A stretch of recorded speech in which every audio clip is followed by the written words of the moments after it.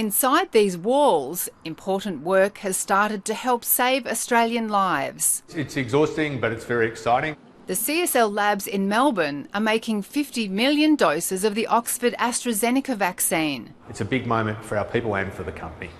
The first step is this tiny vial. It contains modified human cells that will be the basis of the vaccine. The logistical effort has been huge, particularly on the drug product side, where we've had to build new clean rooms and introduce new filling lines to create the number of vials and vaccines that the Australian population will need. This mixture is put into bioreactors. Then the waiting game begins as the cells multiply. There's been some adaptations that are required, but we've been able to do that pretty seamlessly. Then they add the critical ingredient, a deactivated form of adenovirus, a type of common cold virus found in chimps. Inside are the instructions for the coronavirus spike.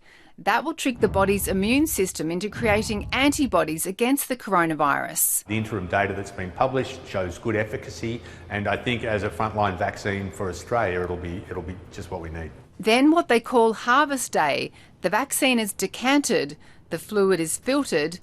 The new vaccine concentrate is frozen in special cryovaults.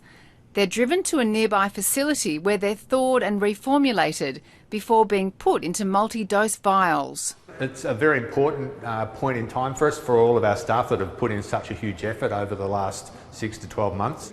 Staff like Stephen Jakovu has been working 7 days a week to get the facility up and running. The staff here, they're waiting for that day. They've put in their heart and soul into this, and they're hoping that the Australian public takes it on and gets vaccinated. Well, I've got 2 young children and they think I'm some kind of superhero. So they say, "Oh, Daddy's saving Australia." There have been some concerns about the effectiveness of the vaccine on the South African variant of the virus, but CSL says it can adapt to new and emerging variants. If the vaccine needs to be tweaked, we can respond fairly quickly, I think, if needed to. The first batch will create 300,000 doses. The company hopes to create 1 million each week. What we'd like to see is that rolled out and really be shown to be effective in developing protective immunity in the Australian population. The vaccine is likely to be rolled out in the coming weeks. Sophie Scott, ABC News.